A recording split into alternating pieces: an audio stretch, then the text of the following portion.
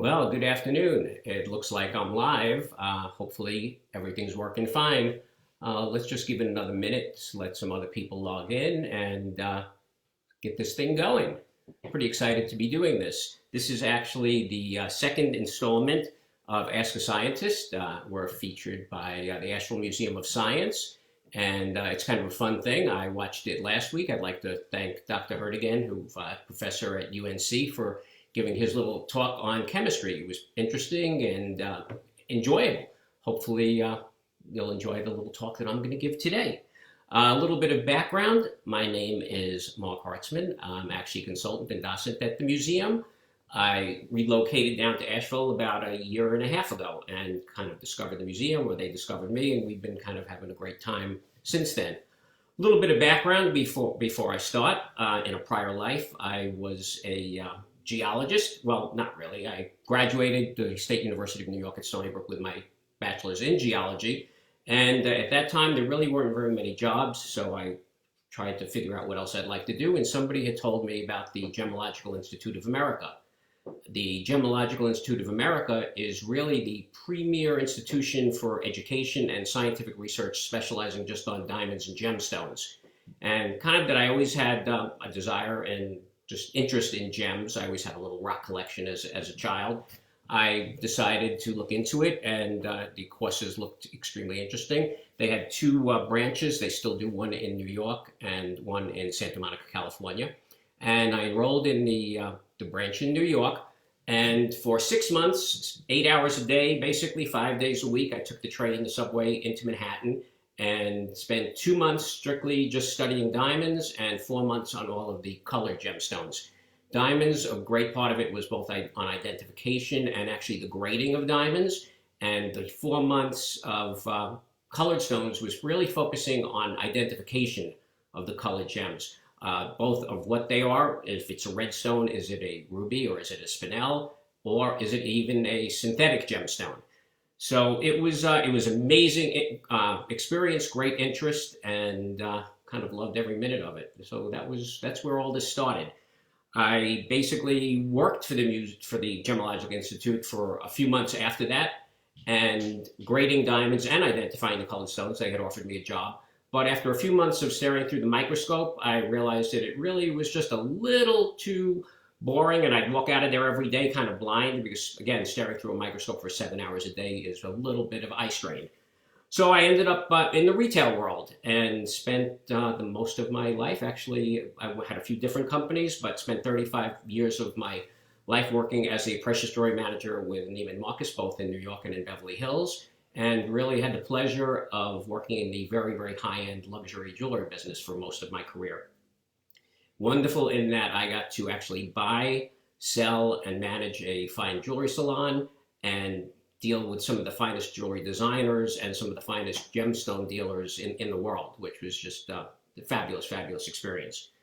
So to talk a little bit about diamonds, which is what I'm going to talk about today, if you look at really the world of gemstones, there's really diamonds and then kind of everything else. Not to put down rubies, emeralds, sapphires, because I kind of love them all, but diamonds are unique and special. And I'm going to talk a little bit today about the mineralogy of them, the geology, the gemology, the history, and then if we have time, I'll even touch on the grading of some of the stones. Feel free, I guess this should work if the thing is set up correctly. Kind of we're still experimenting with this. If you have any questions, please send them in and I will try and answer them. Again, diamonds, like I said, in my mind and in most gemologists, are special. There's kind of nothing else that nature has created quite like a diamond. As most people know, they are by far the hardest natural occurring material that is pretty much known to man. There are a couple of other variations. They've actually been able to create some things in the laboratory that might be a little bit harder, but diamonds ranking number 10 on the hardness scale make them very, very special. They are also the only gem that is a single element carbon, which is just pure carbon. In certain diamonds, there are very, very trace impurities of other minerals and other elements, I should say, but carbon, it's just pure carbon. The same as graphite, which is kind of one of those funny freaks of nature. One of the softest stones in existence, graphite, and the hardest stone in existence, diamonds, are both the same element. And it's just great to really realize that. And in the hardness scale also, where if you look at the Mohs scale, which really grades the hardness of diamonds, 1 being talc and 10 being diamond, it's actually a relative scale. Number 9 is corundum, which is ruby and sapphire, and diamonds are actually 4 times at least harder than ruby and sapphire. So they really are way off the scale. Nothing else even actually comes close to the hardness. Kind of a few other unique things about diamonds. One is they're one of the best, if not the best, conductor of heat of any substance. Silver is the best metal conductor, metallic conductor of heat, and diamonds conduct heat 4 times better than metallic silver. In fact, in determining a diamond against most of its imitations, most jewelers use a small thing. It's actually almost not much bigger than a pen, and it's a heat probe. It actually sends a little bit of thermal heat into the stone, and the measurement of how quickly that heat is transmitted through the diamond basically is used in identifying whether or not it's actually a real diamond or not. Again, diamonds are, now we'll talk about a little bit about the geology of them, I guess. They are formed under extremely, extremely tremendous temperatures and pressures. It's nothing that can be found anywhere near the surface of the earth. They're found, actually produced and created probably 100 to 300 miles below the surface of the earth, and brought to the surface of the earth in volcanic explosions in what are called kimberlite pipes. Most of the diamonds, basically, in fact, all of the diamonds that I know that have been mined have been in these kimberlite pipes, which are basically a mix of what they call ultramafic minerals, olivine, and certain other minerals that are only found at extreme depths. And it's these tremendous depths and pressures in the earth that allows the diamonds to crystallize. Most diamonds today, they speculate, are between probably 1 and 3 billion years old. And most of the kimberlite pipes, through whatever volcanic activity, were really brought to the surface from geologic dating, probably in the Cretaceous period, which is really from about 70 to about 150 million years ago. And these pipes are relatively rare. They've been found in many places throughout the earth, but it's, it's Africa, I'm just trying to, Canada, Russia, and a few other, Australia. But not all kimberlite pipes do contain diamonds, but diamonds pretty much always are found from these kimberlites. It's just so cool that basically some of these mines were, in fact, they weren't really discovered as kimberlites until the 1800s. So we'll talk a little bit about diamonds as far as through history. I mean, it's kind of unique that diamonds have had a kind of a unique role through history. It's hard to say when the first diamonds were really discovered, because like most gems, it's lost in the mist of time. Nobody knows when the first person picked up that shiny seashell or shiny pebble and just decided to keep it and treasure it. But gems and diamonds in particular have that unique thing that they go back to prehistory with mankind and humans. And the earliest people that we know that collected diamonds were in India. And the earliest diamond mines were in India. And that can actually be traced back at least 2,400 years. So that's pretty, they've got a record of it going back at least that far. And the Indian diamond mines were the first mines discovered. In fact, the only supply of diamonds to the entire world was India up until the early 1700s. In the early 1700s, they actually discovered diamonds in Brazil. And what's interesting is I guess it was about 50 years or so, they produced millions of carats from the Brazilian area, but they were all found from alluvial deposits, which means they were stones that were not found from the source, but were at some point washed downstream in rivers, and then deposited either, at certain areas, either still found in the riverbeds or in the ancient riverbeds.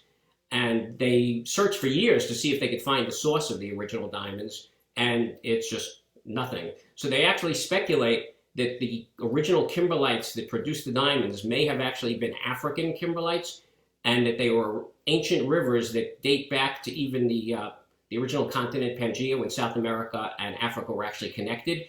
And the stones may have been volcanically produced in South America and actually washed down rivers at that time when they were produced in Africa and actually washed down rivers into South America. So Brazil became the second largest source of diamonds for a number of years, until actually they discovered diamonds, in which everybody is probably familiar with, in the 1800s in South Africa.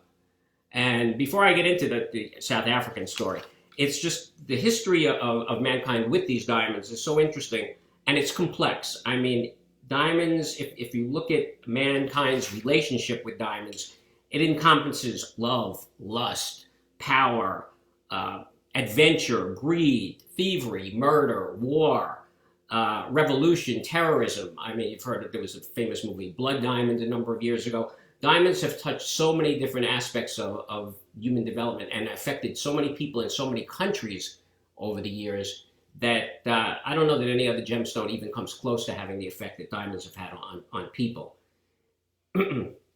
So it's, again, the history of the stones is fabulous, and the history of the mining of the stones is great. The history of individual stones is just intriguing. One of the things that I really love is just reading about and examining and exploring the history of not only the diamonds industry itself, but of particular diamonds. There are certain diamonds throughout history that, I mean, there's probably a dozen or so, maybe more or less, depending on who you speak with. But there are a certain number of stones that are very important, both from either their provenance, their size, their history, who's owned them, and there are some that are really special.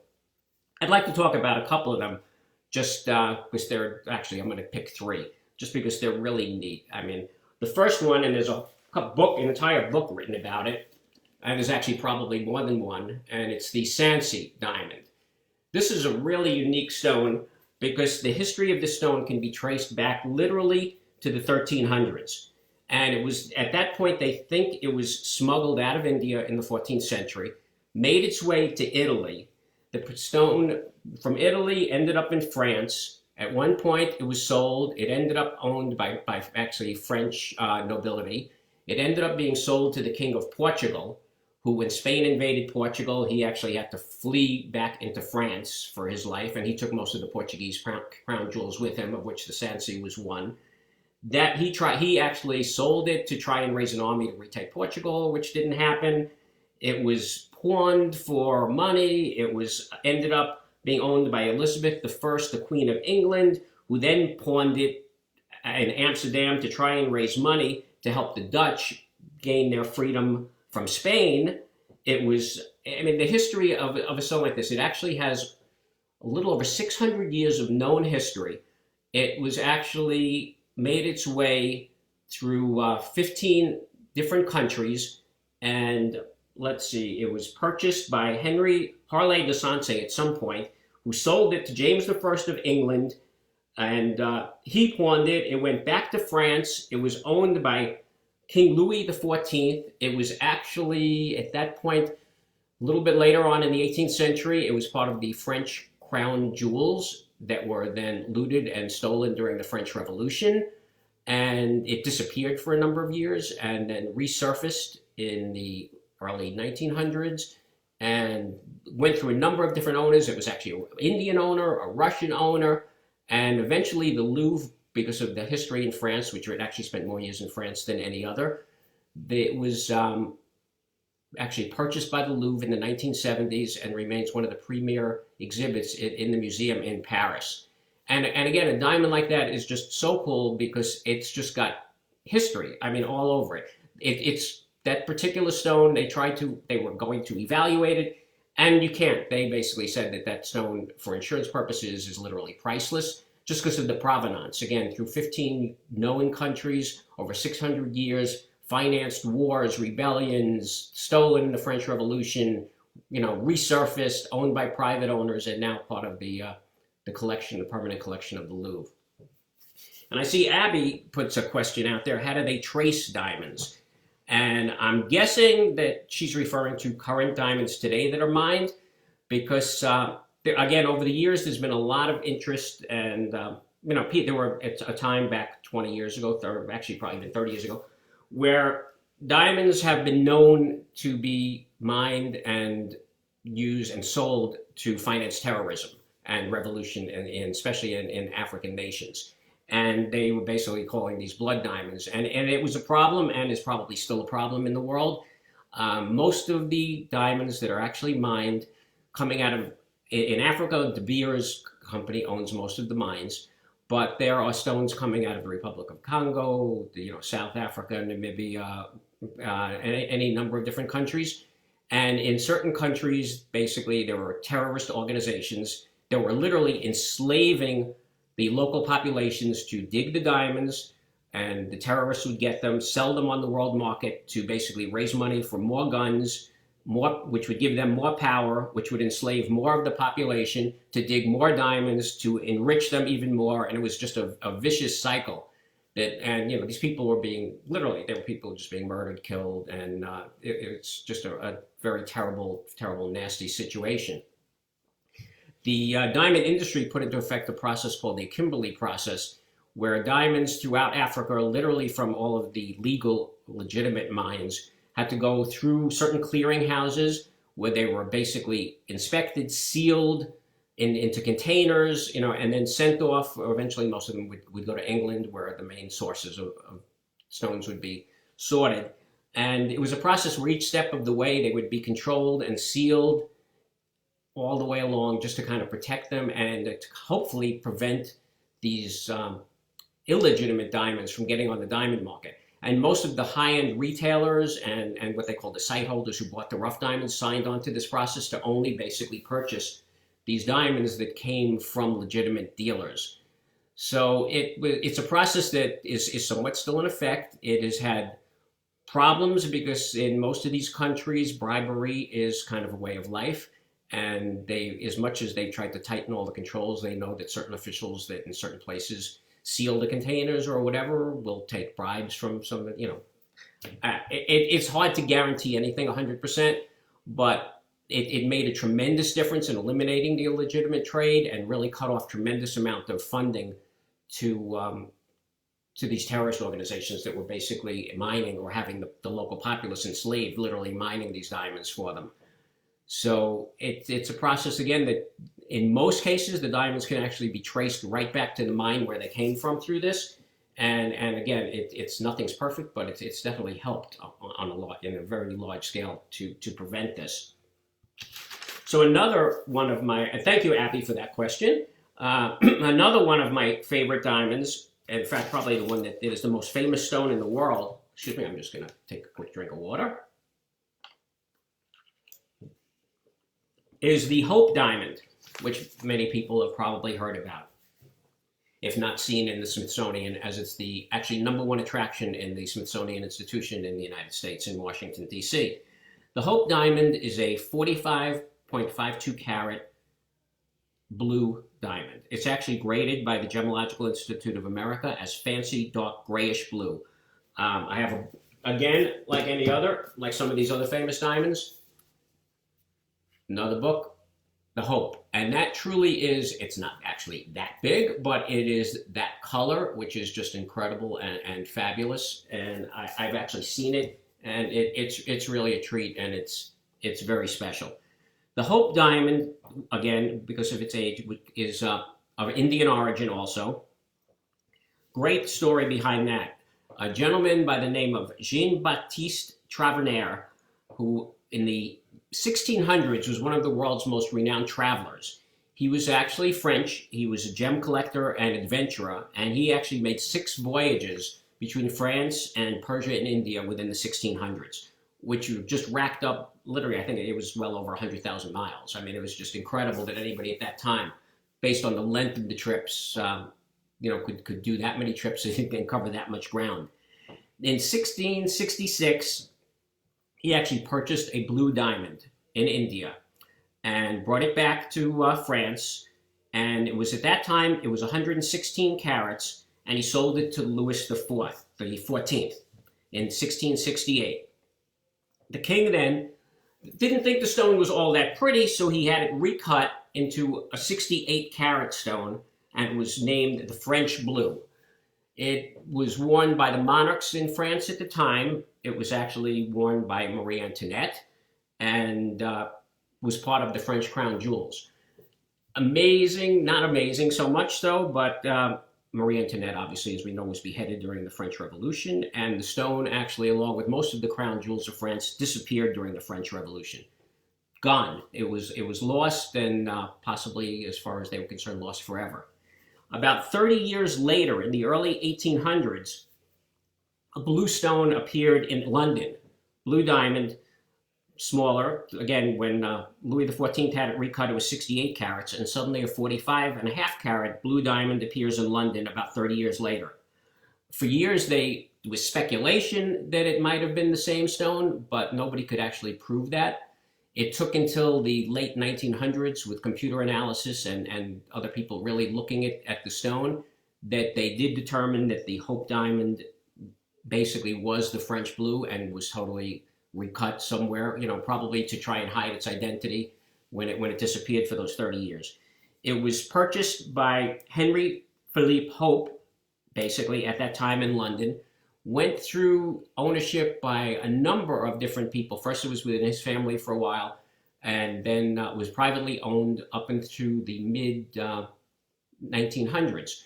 And the Hope had basically, it was supposedly a cursed diamond, because almost everyone that owned it at some point came to either an untimely end. You could look at Marie Antoinette, who was actually beheaded. In fact, even one of the French royalty before her had the same fate.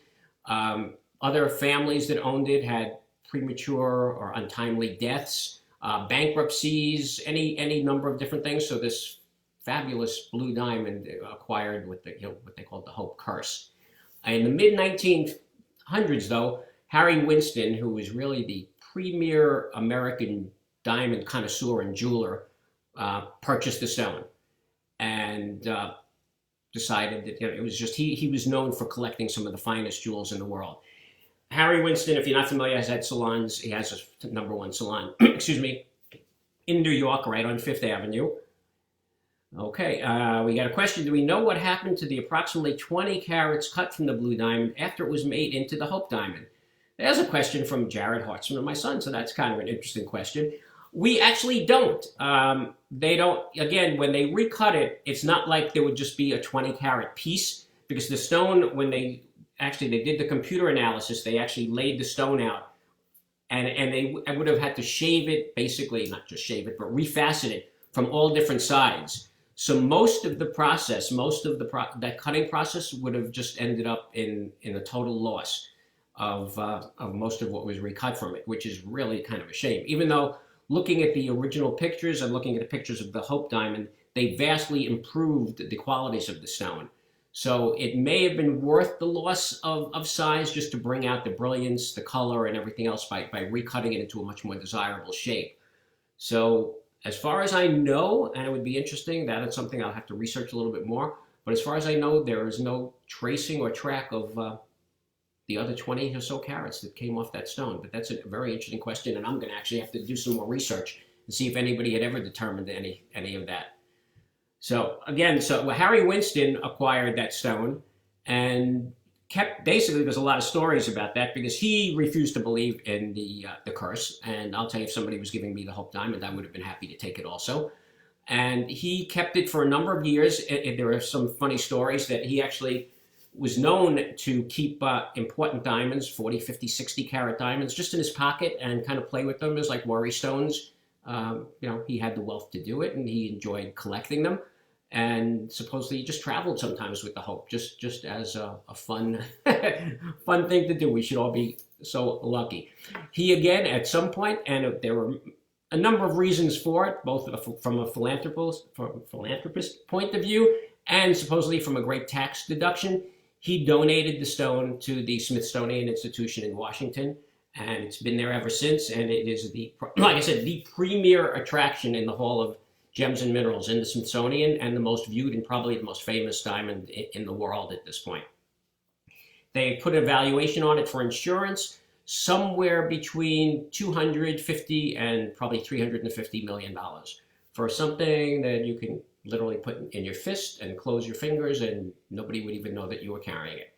Diamonds are really one of the most concentrated forms of wealth in the entire world. I mean, there are very few things besides diamonds that have that much wealth in such a small package. The third diamond that I'd just like to talk about a little bit is the Cullinan. The Cullinan is well, I'll take one step back before we get to the Cullinan. Diamonds were first discovered in Africa, South Africa, in 1867 by a farmer's son who was actually playing in the yard and found a shiny pebble, didn't know what it was, but thought it was pretty and kept it. And eventually it was identified as a father showed it to a neighbor as a diamond. It was approximately 21 carats, became known as the Eureka diamond. It wasn't until about a year later, though, when another stone was found along the Orange River in South Africa that was a little over 80 carats that started basically the South African diamond rush, kind of equivalent to the American gold rush of the 1800s. People literally from all over the world flocked to South Africa because literally the word was that they were finding diamonds laying on the surface of the ground, which is true. Most of the diamonds were from an alluvial deposit, means that at some point they were washed down by rivers from ancient volcanic deposits of kimberlite, and people were finding them in numerous places. It was crazy times in South Africa. It was kind of like the scenes that you see from pictures here in the Old West. Towns sprung up out of nowhere. There was little law, little order, and just, luck. I mean, people would come in, and most people didn't make it, and a few became extremely wealthy. The Cullinan was found in 1905 in what was the premier mine in South Africa. It was uncut, 3,106 carats and change. By far the biggest diamond in the world. They didn't know quite what to do with it. It was it was owned at that point by the Transvaal colony, which was the English colony in South Africa. And they put it up for sale, and actually, because of the value, there were initially no buyers. So after 2 years, they literally decided that they were going to sell it at a special price to King Edward, I think it was the 7th, in England, as the United Kingdom, as a special gift and courtesy. So they basically decided to send the stone up to England. This is one of the fun stories about diamonds. This being probably the most valuable stone in the world at the time, they hired a steamship with armed guards and a vault and everything to take the stone from South Africa up to England. And it was advertised. People knew about it. It had received great fanfare, but it was greatly protected, so they really did not have any worries per se that anything would happen to the stone. Honestly, what was just great about it is the stone was really never put on the steamship. It was put in a brown paper package and sent in the regular mail post up to England through the mail. Everybody was focused on the steamship, thinking that's where the diamond was, so they just deceived everybody and sent it through the mail, and it got there safe and sound. The diamond was cut a few years later by the Asher family up in Amsterdam, which were known to be the finest diamond cutters in the world. And it was cut into, I think, at least 9 important stones. The first stone, the Cullinan 1, which is called the Great Star of Africa, is 530 carats plus, and it is in the scepter of the English crown jewels. The second most important stone cut from it is 317 carats, and it's actually in the crown of the English crown jewels. A number of the smaller stones also are part of the crown jewels, but those are the 2 premier stones. And again, a fun story, the cutter, Mr. Asher, from the family, went down to Great Britain to look at the stone and see what would be needed to cut it. And they made a great bunch of, I guess it hit the newspapers or whatever media at that time. And the stone was basically being put on a armored train to go, once it was back into Europe, and then being taken up by armored train to Amsterdam to the cutting center. And once again, the stone was not in the train, even though that's what everybody thought. Mr. Asher had literally just put it in his pocket and carried it back home to Amsterdam to his cutting center. And it just, luckily, but can you imagine a 3,000 carat diamond. Now that's bigger than your fist. That was pretty amazing. In fact, the Cullinan 1 at 530 carats remained the single largest cut diamond in the world until I think it was the 1990s, where they cut the Golden Jubilee from another rough diamond, and it ended up as 545 carats, and that's actually a brownish diamond. But that is the record holder right now for the largest cut diamond in the world.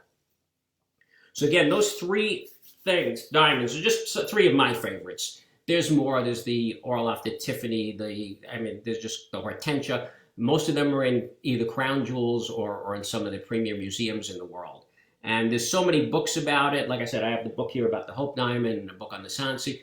Many of them, you can Google it. And again, the history of some of these stones is just unbelievable. And it's so entwined with the history of the royal family. Most of them are so entwined with the history of the royal families of Europe, because it went from one family to another, from one country to another. And again, they financed wars, they financed revolutions. It's just so interesting how they went, the history of these stones through the years. Again, a little bit about the history of diamonds in South Africa. Again, they were discovered, as I said, first in the 1860s, and it was a free-for-all. The main mine, they did actually trace most of the stones back. They were the alluvial deposits. Well, I see there might be another question here. Have you seen big changes to the value of diamonds in its history to now? Yes, another question from Abby. Tremendous differences. I mean, it's hard to say because the relative value of dollars at different times have changed. But the Hope Diamond, again, when Harry Winston first acquired that, I think it was 5, 6, 7 million, if that. And again, now it's 250 to 300 million.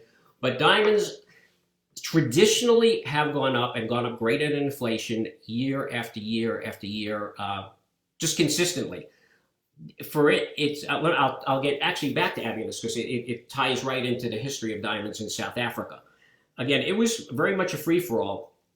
They did track the diamonds back to their original sources. The first major mine was in Kimberley, and actually that's where they named the kimberlite after, the volcanic pipe there, which is one of the largest in the world. I think to date, Kimberley may be the largest, not the deepest, but the largest man-made hole in the surface of the earth. It was an open step mine for years before they did underground mining, and it was just literally, if you see pictures, and you can Google it, but it's just incredible because these people literally were falling over each other. They'd buy plots of little diamond plots that were like 10 feet by 10 feet, and one would be digging faster than another, so it was just kind of craziness.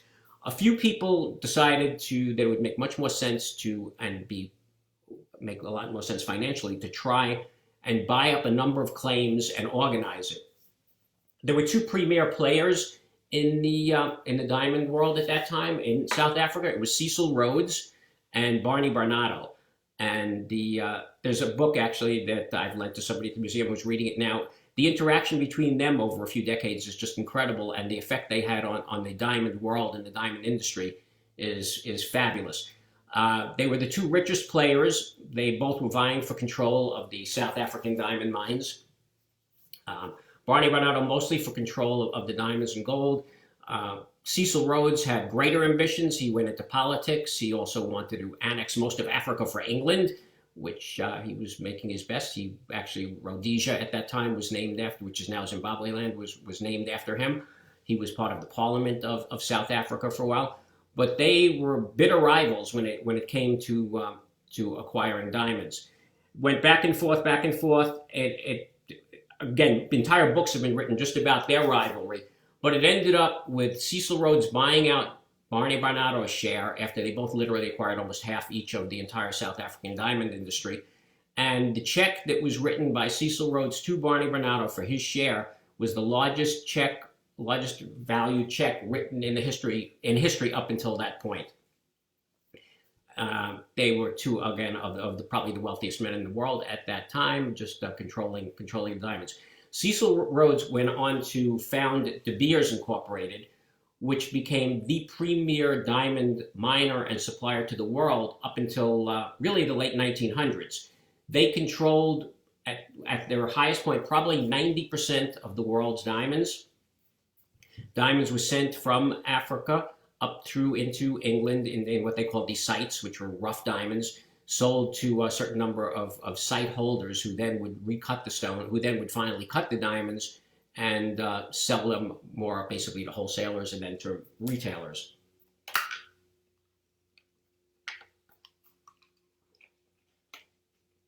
I think needed that. So De Beers controlled, because they controlled the entire market, and just as an aside, De Beers are the guys, the company that basically created the phrase that diamonds are forever. Diamonds are a girl's best friend. They created the marketing for diamonds' use as an engagement ring. Diamonds were predominantly never really used as an engagement ring. In the late 1700s, 1800s, it was only nobility that really owned them, and even a little bit later, it was only men that really kind of owned the diamonds. And it was De Beers marketing in the 1900s that really created the fact that a diamond should be used as an engagement ring and a diamond is forever. Probably one of the best and successful marketing strategies for any item ever. But they controlled the market. So they, based on demand, they would control, they had the supply, and based on the demand, they would control how much supply hit the market. So they were literally controlling the price at all given times. And it just was a steady. They were not actually allowed to operate in the United States directly because as a monopoly, they were illegal here in this country. So they would have to, the diamonds were sold to other countries in Europe, other companies in Europe would then import them to the United States to buyers here. But they still controlled the worldwide market. In the late part of the 20th century, there were a tremendous number of diamond mines actually discovered in Russia, and Russia started to produce a huge quantity of diamonds.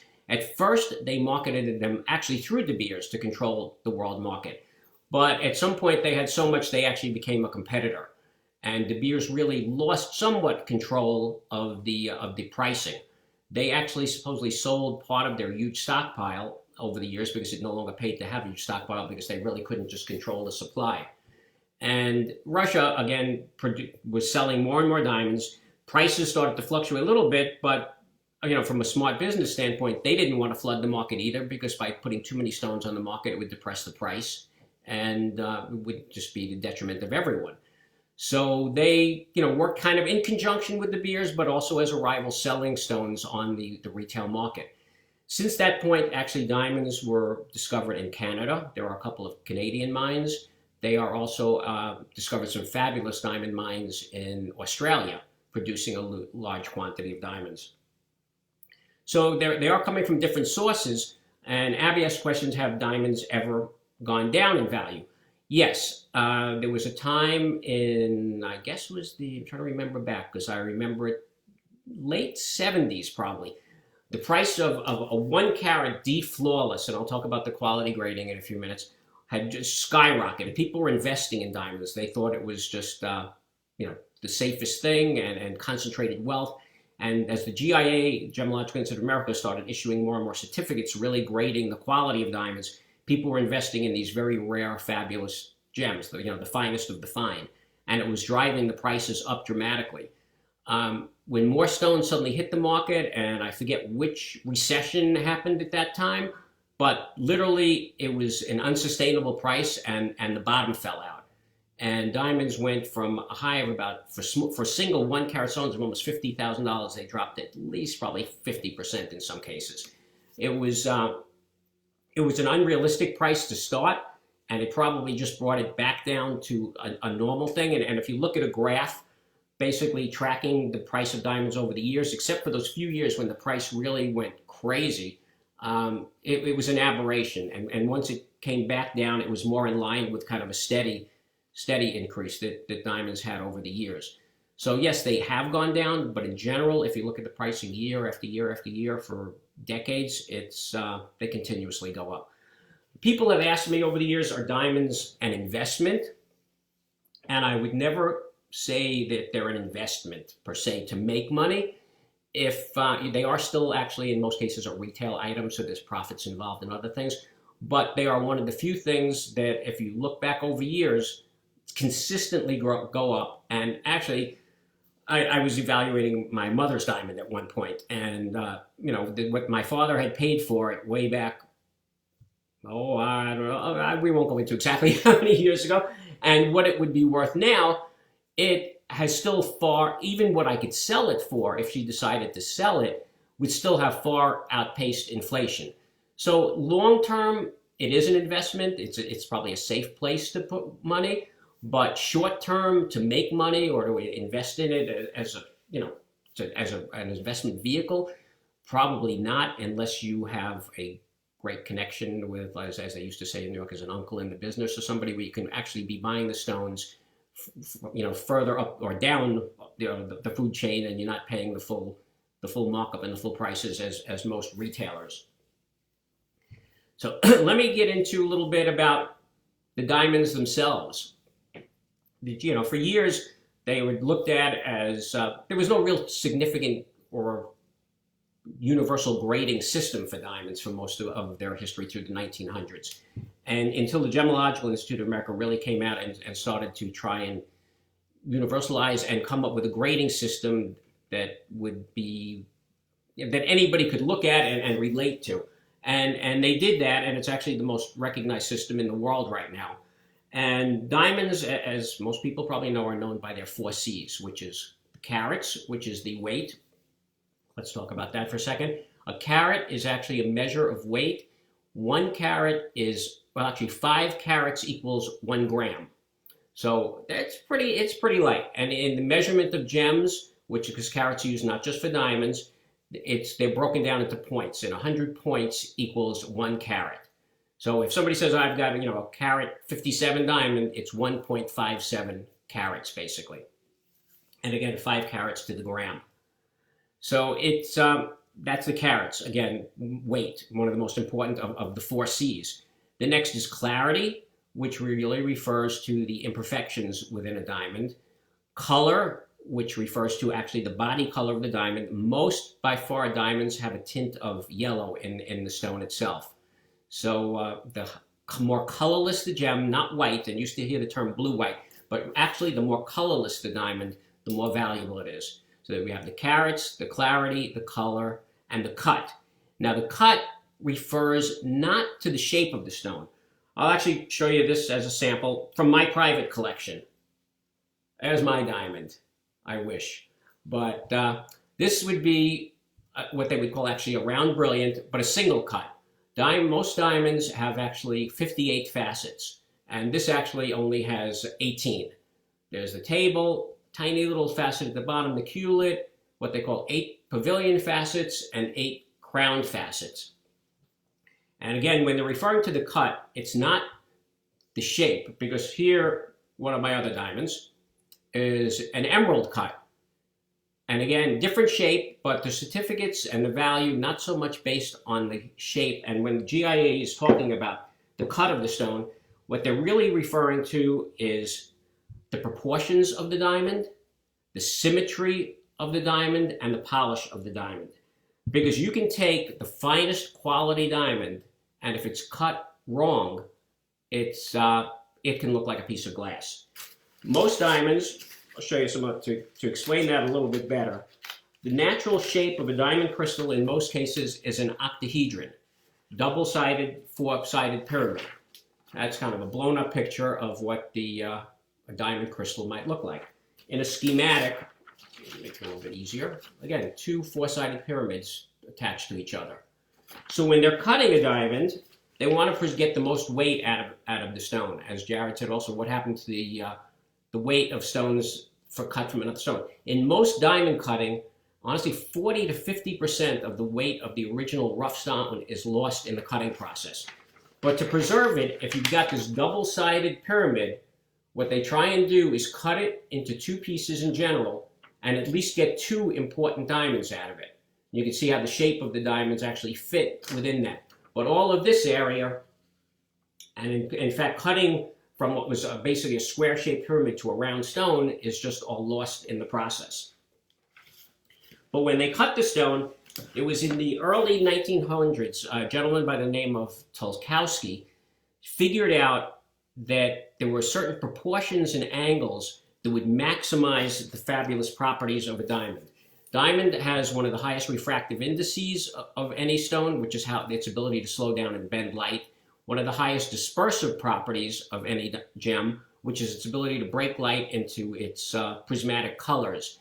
And one of the highest lusters of any stone, which gives it its ability to reflect light. So he figured out, because in fact, most diamonds, if you look at the very old stones, they were old mine cuts in the late 1800s. Prior to that, they were rose cuts. Most Indian stones were rose cut, where they were pretty much flat on one side with a dome shape on the top that was faceted. Part of the reason was they didn't have the technology to really facet the diamonds, because the only thing that can cut a diamond based on its hardness is another diamond. So they would use polishing wheels with diamond dust and literally grind the facets of a diamond against the cast iron wheel, in most cases, impregnated with diamond dust to facet the stones. But the technology improved greatly in the late 1800s and into the 1900s. Again, Tulkowski figured out scientifically, using the properties of the stone, the refractive index, the dispersion, and other, basically, how to cut the proper cut for a diamond. This would have been, or is still respected to be... I found this on the web for how to cut the proper... This is basically the ideal cut for a diamond.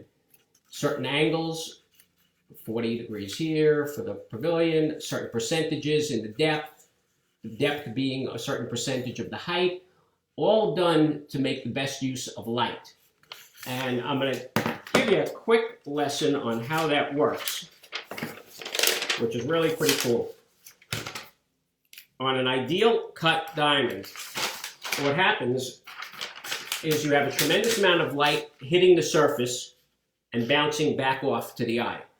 That creates part of the brilliance of the diamond, how bright it is, because it has a tremendous reflective surface.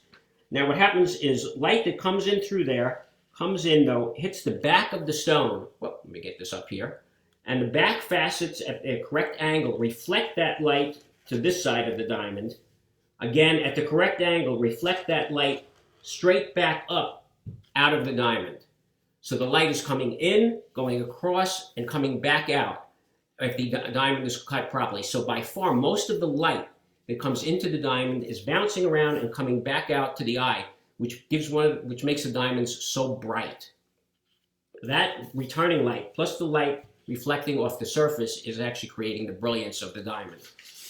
Now, if a diamond crystal was very deep when they found the rough crystal, some cutters would try and save the most weight from the diamond. And that didn't always mean cutting it properly. They would really want to have a stone that weighs more rather than a stone that did the best for the light and for its appearance.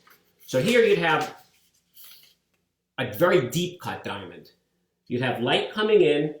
It would hit this side at a sharp angle, reflect off, but when it hits this side of the back, it's hitting it almost at 90 degrees. At that, the light is not reflecting, but it's literally escaping right out the back of the diamond. A diamond like that, when you look in the center of it, is very dark. It just doesn't, it really almost looks black in the middle. You don't get the reflection that it really needs. In the other case, you've got a diamond crystal that might have been very flat. And again, they wanted to get the most weight, so rather than cutting a stone that would have been, let's say, like that, they have this big flat stone. So here, the light comes in, hits those back facets at such an angle where it's really a little bit gets reflected, but most of it just goes straight out the bottom. Diamonds like that, honestly, look like you could cut a piece of glass or a piece of countertop, and they lose all their brilliance and all the life. And it's just... So when the GIA is talking about cut, the main thing they're talking about is the proportion of the stone. If you have a stone that's way too shallow or way too deep, it's going to dramatically affect the brilliance of the stone. In these diamonds also, just to show another of my diamond, all that light that I mentioned that's reflecting off the top and reflecting around and coming back out is the brilliance of the stone. In diamonds, part of their beauty is the dispersion, where you look at a diamond and you see the fabulous prismatic colors. And what happens there is mostly from these crown facets. The light comes in at an angle, bounces around like a prism and comes back out of these crown facets, which top view is like this. And again, these are all the crown facets of the diamond. And if you put a diamond in sunlight and move that around, you will get reds, greens, blues, yellows, all of the prismatic colors coming out of these facets. And that's called the fire of a stone. Any gem, actually, it's called the fire of the gem. And that's actually the dispersion of light within the gemstone itself. One other thing about diamonds, when they talk about how pretty they are, you're talking about brilliance, fire, and the last term is scintillation. Scintillation is the sparkle of a stone. And that, again, is when you look at a diamond and move it in sunlight, it's sparkling like crazy. And that is, again, light reflecting off of all of these facets here. Off the table, you're getting that big splash of bright light, which is really the brilliance of the stone. And off of all of these crown facets, you're getting all of the scintillation and the sparkle from the diamond. Talking a little bit more about the grading of diamonds, let's talk about the clarity for a second. When they grade diamonds for clarity, they're talking about flaws within the stone. And the diamonds are graded for clarity by the GIA, and really at 10, well, they use a gemological microscope, and it's a 10 power magnification. And they have different grades. You may have heard some of these from what they call flawless, internally flawless, to VVS1, VVS2, VS1, VS2, SI1, SI2, all the way down to what they call imperfect. Once you're in imperfect, you can see the flaw with the naked eye. But again, the inclusions within the diamonds are so slight, and that's actually what I did when I first got into the business, was basically grading. Let me just see if there are any, how did diamond, oh, well, another question here. How did diamond end up the April birthstone? Well, before I get into it, not quite sure. And there's been a question of where birthstones came from. Quick little aside. It's biblical, is where they actually thought. There was, if you read the Bible, there was the breastplate of Aaron in, I don't know which book of the Bible, where it was he was basically a famous priest, rabbi at the time, and he had a breastplate that was adorned with 12 gems representing the 12 different tribes of Israel. And each of those gems, basically ruby, sapphire, ruby, diamond, sapphire, at some point throughout history acquired a different month of the year and just became different birthstones. So I don't know that they really know why or when each one was assigned a certain thing. But that was the derivation of birthstones, was originally from the breastplate of Aaron and the 12 tribes of Israel being represented by the 12 gems that supposedly God gave them to put in this breastplate. Okay, this might be a silly question, but is a diamond cut always artificial, or does it ever occur naturally? Whenever you see a diamond, Abby asking me another question here. Thank you, Abby. Whenever you see a diamond, basically, 99.999% of the diamonds set in jewelry are cut. There have been rough diamonds set in jewelry. They are actually beautiful. It's interesting. They do not sparkle or really have the same properties of faceted stones, because it really takes that cutting and faceting to bring out the inherent beauty within a rough stone. Again, the rough diamonds can have very smooth, absolutely polished faces, which are the natural crystal faces of the diamonds, reflect light beautifully, and they're special in their own right, but they just will not do what really the cut diamonds do. So kind of morph back here while we have a little bit more time to talk about the grading of the stones. When they're talking about clarity, if this was, picture that as your 1 carat little diamond, that little dot, that under a microscope at 10 power would make it a VVS. If it was a little bigger or 2 of them, it might be a VVS2. If it had something like that under the microscope, it might be a VS1. That, or a couple of things, might make it a VS2. Something a little bigger, an SI1. Something a little bit more serious, or a couple of included crystals, might make it an SI2. And again, an imperfect stone is where you've got kind of nasty things going on, and literally you can see the imperfections with the naked eye. I got another question here. Is there any way to determine whether a diamond is natural or man-made? What stops a man-made diamond manufacturer from flooding the market and causing a sharp price decrease? Good question, and I think probably more important than even some of the diamond grading that I might consider in these next few minutes. Let's talk about that. Their diamonds, the first synthetic diamonds were actually created by General Electric in the 1950s. And the process to do it, again, involved huge machinery to create these tremendous pressures and temperatures that you'd need to mimic what happened inside the earth to create these diamonds. The process to produce a diamond was more costly than the diamond was worth. And most of the diamonds were not gem quality, because most diamonds that are mined are not gem quality. They're what they call industrial quality, and used in basically for cutting and abrasive purposes. Excuse me. So just in the last number of years, definitely in the last decade, there are a number of manufacturers now that have perfected the process. There's actually two different processes, one called high pressure, high temperature, and one called chemical vapor deposition. Two different processes to create synthetic diamonds. And it has become economically feasible to do it. And they are creating diamonds, mostly under a carat, but they can do larger ones now, that are synthetics. And synthetic is actually the same as a natural stone, but man-made. It has the same chemical, optical, physical properties. It is a real diamond. So it's basically the problem, what's happened with that is, they are being marketed as synthetic diamonds. They can determine them in a lab, basically, using some spectroscopy and fluorescence, determine which diamonds are synthetic and which are man-made, but you do need a gemological lab in many cases to do it. And the question was, what stops a man-made diamond manufacturing from flooding the market and causing a sharp price decrease? They are ethically being promoted as synthetics, and it's the difference between buying a real work of art and a forgery. I mean, it's the same thing. One person said, would the Queen of England really wear a crown with a man-made diamond in it or a natural gem?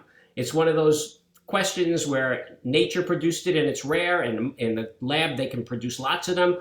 But in general, they'll probably never replace the natural diamonds. Is the difference in bonding, I got a question from Seth here. Thank you, Seth. Is the difference in bonding of carbon atoms makes for the difference between graphite and diamonds? Yes. In diamonds, it's a very symmetric bonding that is basically the same, almost the same in almost any direction. It's one of the tightest lattice bonding system of any mineral, basically. And it's the carbon atoms are just packed very densely. In graphite, they actually form sheets of, the bonding is definitely different, and it actually forms flat sheets. Graphite, for those who don't know, is pencil lead, and it's very smooth and slippery because the sheets of the bonds are just shearing off very easily. So there is definitely a difference in how the bonding, in the chemical structure in the bonding. It's interesting. Graphite is actually a more stable compound than diamonds at the surface of the earth. Graphite will still stay graphite forever. A diamond, if you left it alone for a few billion years, would actually start to deteriorate because it is not actually as stable. But again, within our lifespans, or I don't think we have to worry about it. Does bonding make it easier or harder to cut? Another question from Abby. It's interesting. Diamonds have different hardness depending on the direction in the crystal structure. The tighter the bonding makes it harder to cut. It is actually easier to cut a diamond, and diamond cutting is done with a diamond impregnated blade. It's actually easier to cut a diamond in certain directions than others because the hardness can vary dramatically depending on which way you're cutting through that crystal structure. So when diamond cutters analyze, especially those very big important gems, it's a matter of looking at them, and sometimes they'll spend days, weeks, even months examining those special gems, trying to figure out and determine the exact crystal structure of the stone to figure out how they can actually cut through it, and which is, to make the most sense. In some directions, it's almost impossible. In others, it's relatively easier with, obviously, a diamond blade. No diamond is easy to cut because, again, the only thing that can cut a diamond is another diamond. And it looks like we're coming up almost to the end of my hour. I've been trying to squeeze so much information into this hour. I hope that everybody has been enjoying it and learning something. I could easily speak for another hour about diamonds. We didn't even touch colored diamonds, of which I'm a big fan. The Hope diamond, again, is a blue diamond. There are fabulous pink diamonds, yellow diamonds. Again, certainly the colors are due to imperfections. Some of the colors are due to the crystal structure. But we'll have to save that for another day. I'm happy to come back and talk about diamonds again and other gems. Hopefully the museum will invite me. I guess they will. Again, this was the second installment for the National Museum of Science, or Ask a Scientist. I hope you've enjoyed it. Please continue to send in questions at any time. I'm sure, like I said, I'll be doing this again. And on that note, I hope everybody stays safe in these crazy times. And kind of interesting that basically, in this day and age, a captive audience it takes on a whole new meaning. So, and again, everybody be safe out there and enjoy, and hopefully I'll have a chance to talk to you all again soon. Thank you.